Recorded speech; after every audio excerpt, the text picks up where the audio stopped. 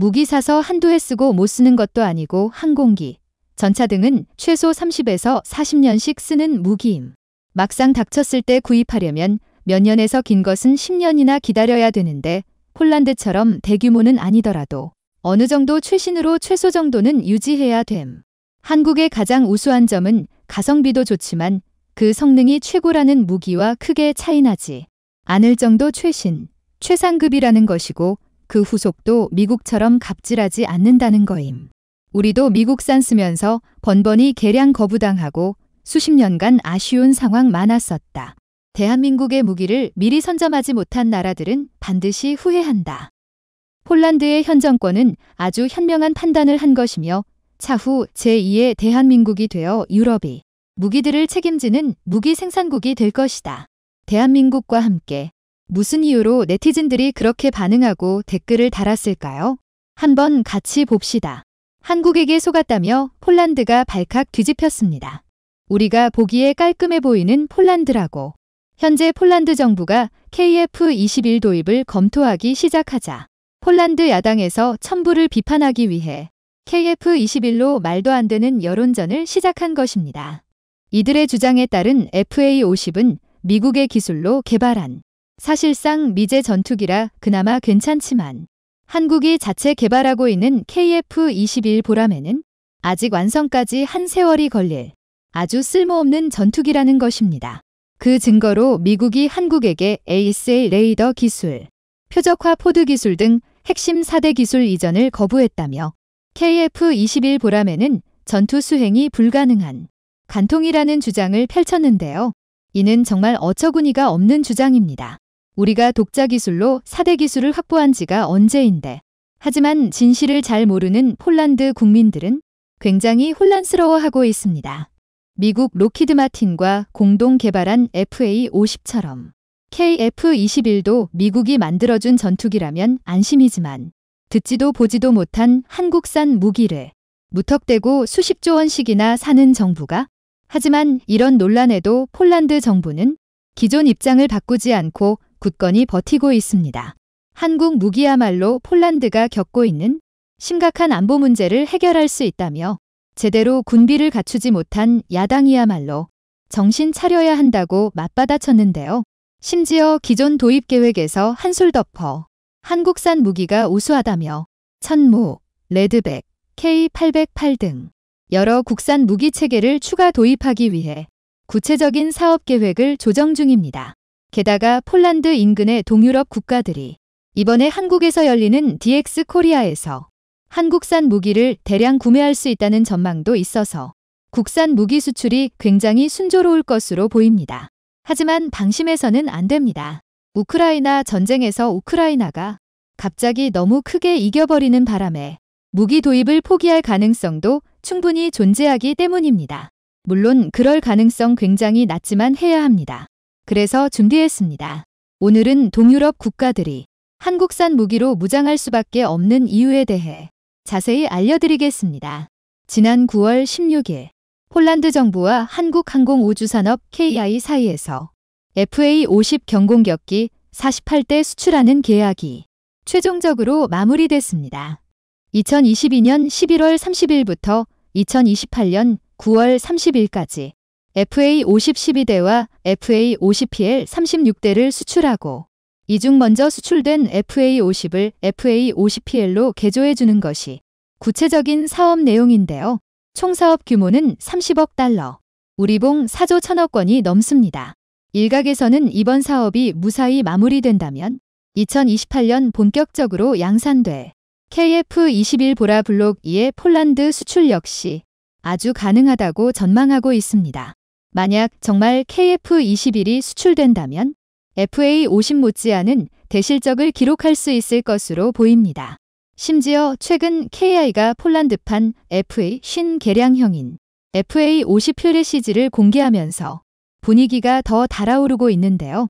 동체 하부의 스나 이핑 표적화 포드와 레이저 유도폭탄 폐 이브웨이, 통합직격탄 JDM과 매버릭 공대지 미사일, AM9 사이드와인더 등이 장착된 FA-50PL은 그야말로 가성비 좋은 다목적 경전투기의 모범이었습니다. 하지만 2022년 9월 현재를 기준으로 한국산 무기 수출에 대한 우려가 커졌습니다.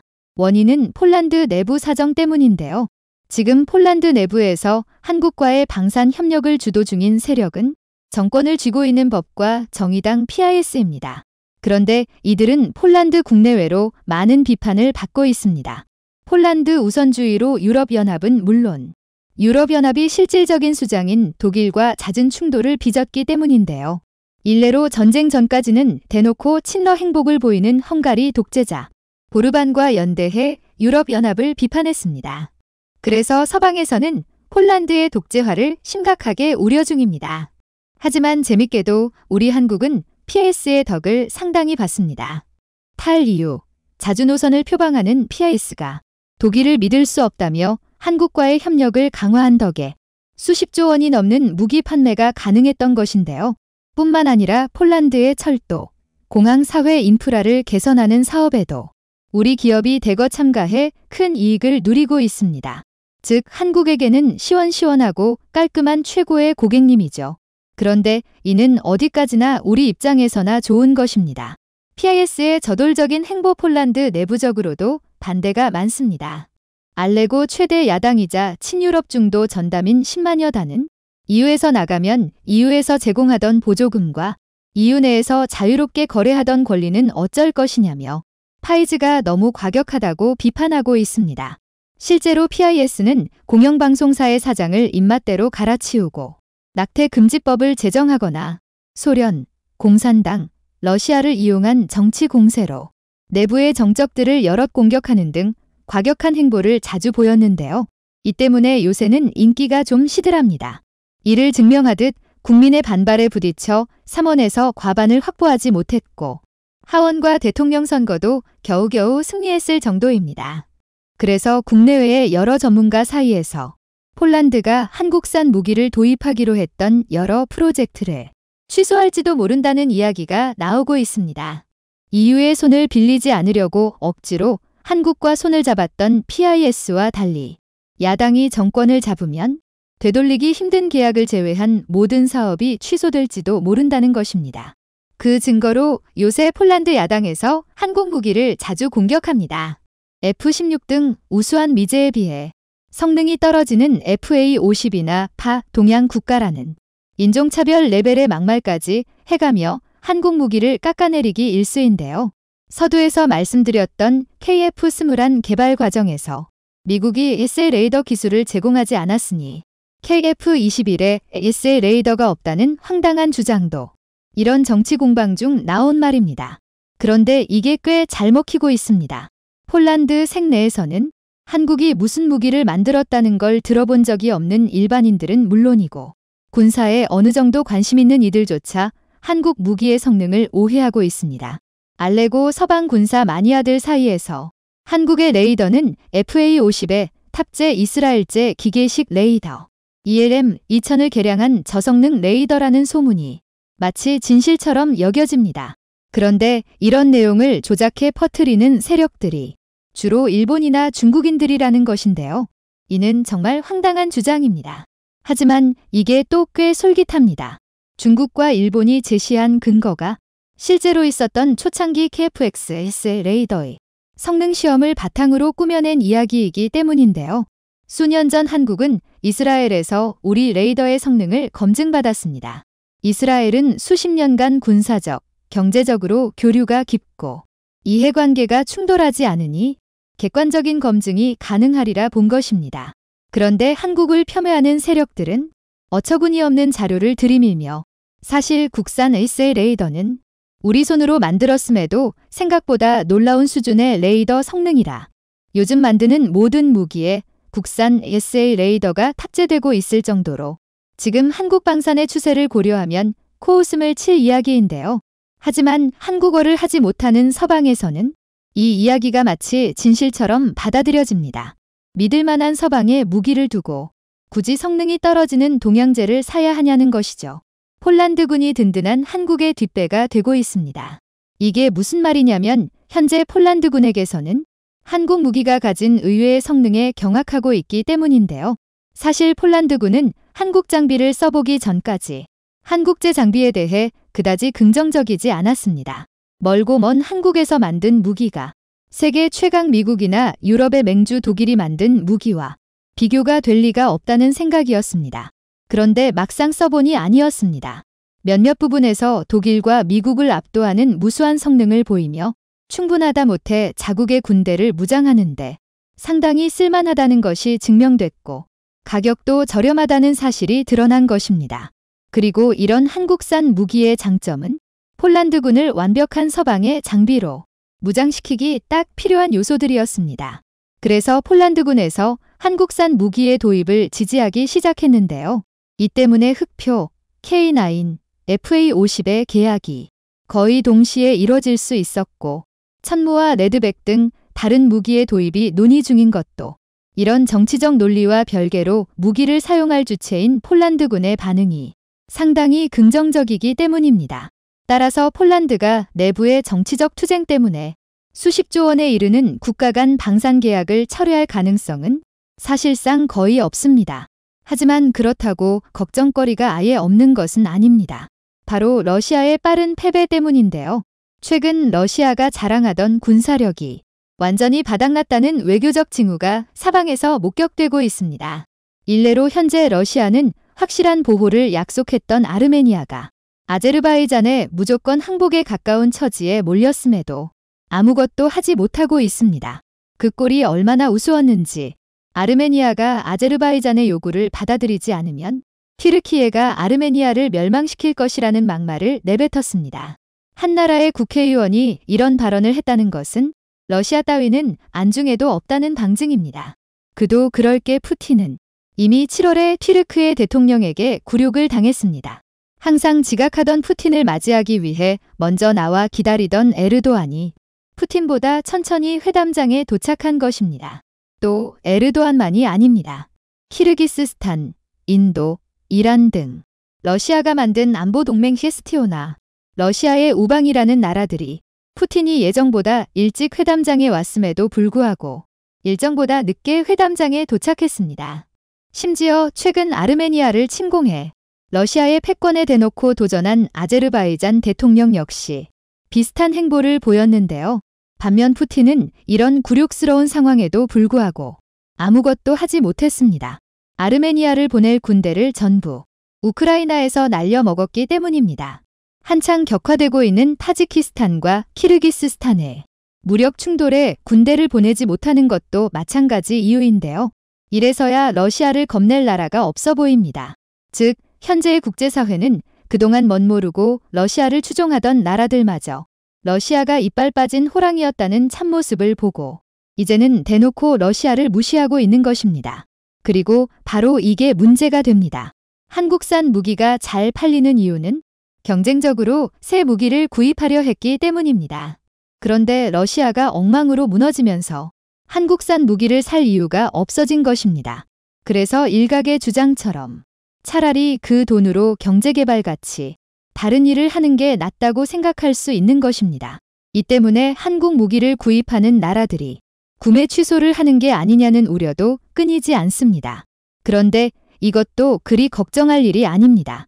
우선 이번에 한국산 무기를 도입하려는 국가 중 상당수는 구소련제 무기를 주력으로 사용하던 동유럽 국가들입니다. 소련이 망한 지 30년이 넘었다는 것과 이들이 가진 무기 중 상당수가 소련이 2선급 장비였다는 것을 고려하면 기존의 40에서 50년씩 운용된 무기들을 바꿔야 한다는 것은 변하지 않습니다. 이 정도면 굳이 러시아의 위협이 아니더라도 무기를 바꿔야 합니다. 그리고 결정적인 이유가 또 남았습니다. 이번 우크라이나 전쟁은 스스로 지킬 힘이 없으면 도움도 받을 수 없다는 인식을 국제사회에 심어줬습니다.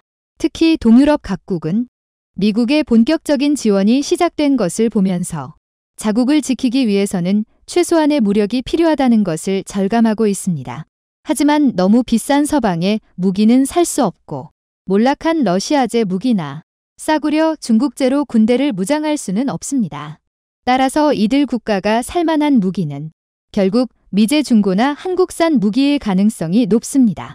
정리하자면 우리가 무기를 제때 공급할 수만 있다면 우리 방산기업이 세계 무기 수출을 주도하는 것은 대한민국은 매년 꾸준히 군사력을 강화하고 있습니다. 우리의 군사력은 고성능 무기 덕분에 빠르게 성장하고 있는데요. 그리고 최근엔 이륙 준비를 마친 한국의 KF-21 전투기 소식에 중국이 이례적으로 객관적인 검증을 통해서 집중적으로 보도하는 모습을 보여 화제가 되고 있습니다.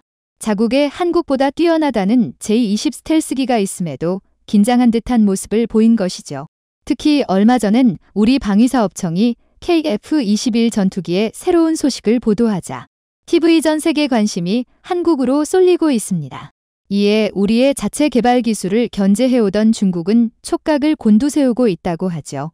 심지어 얼마 전엔 한국항공우주산업 KI에서 새로운 영상까지 공개해 중국 당국이 난리가 났는데요.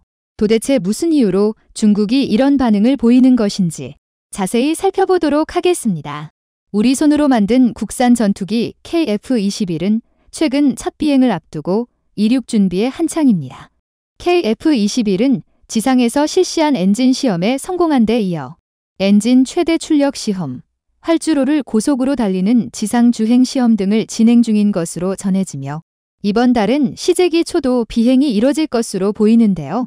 F4, F5 등 노후한 전투기를 먼저 대체할 우리 KF-21은 이후 공군력 강화에 크게 기여할 전망을 보이고 있습니다.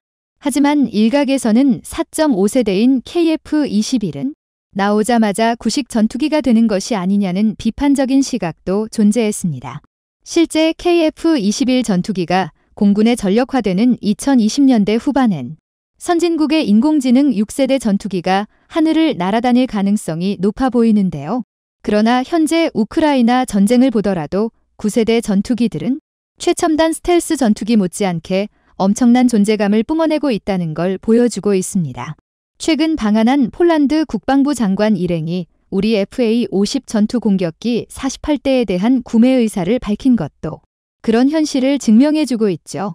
한편 지금 우리 대한민국은 세계 자주포 시장에서 K9이 전체 시장을 싹쓸이하고 있습니다. K9과 유일하게 견줄 수 있는 강력한 독일제 자주포도 존재했지만 워낙 비싸고 당초에 우리 무기가 가성비 아주 뛰어나 1위 자리를 차지하고 있는 것입니다. 독일 자주포 한 대면 우리 K9 자주포 3대 정도를 살 수 있었으며 성능 면에서도 크게 뒤지지 않았죠. 그리고 그 다음에 더 중요한 건 지금 K9은 현재까지도 계속해서 개량형이 나오고 있다고. 이제는 서방에 있는 주요 국가까지도 대단한 관심을 보이고 있습니다.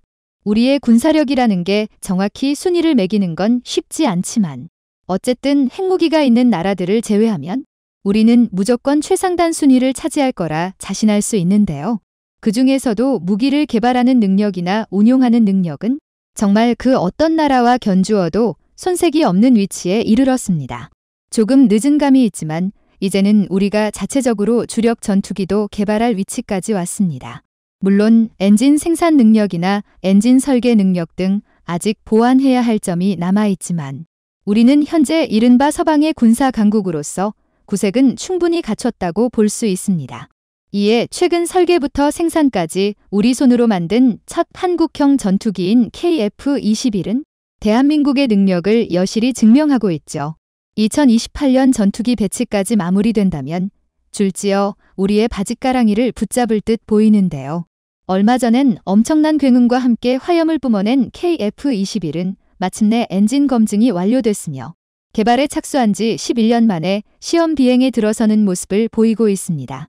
그리고 우리 KF-21 전투기의 거침없는 행보에 중국은 한국을 수출 경쟁자로서 견제한 듯 보입니다. 인도네시아 매체 조나자 타르타에 따르면 한국과 인도네시아에서 공동 개발 중인 KF-21 보라매에 대한 해외 시장에서의 엄청난 호평에 중국이 지금 바짝 긴장하고 있다는데요. 실제 지난해까지만 해도 중국의 군사 산업 수출은 파키스탄에 인도된 J-10CP와 샤오룽 전투기 등에서 좋은 성과를 보였습니다.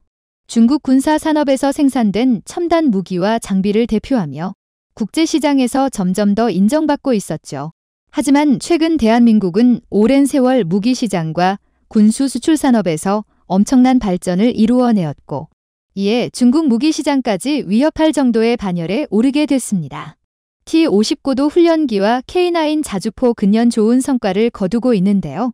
특히 이번 달 시험 비행을 앞둔 KF-21 보라매가 올해 유망한 수출 품목으로 연일 화제가 되고 있습니다. 한국 고유의 항공 설계 및 제조 수준으로 준 스텔스 기능을 완료할 뿐만 아니라 탄창에 있는 주포와 배에 장착된 탄약의 절반을 숨기고 동체의 절반을 노출하는 등 기능이 점차 향상되고 있다는 점도 인기의 요인이었죠.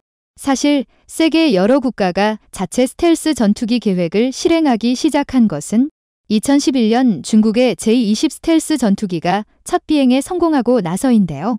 세계 여러 나라가 첨단 공군력을 갖추기 위해 노력했지만 자체적으로 개발할 수 있는 나라는 손에 꼽았습니다.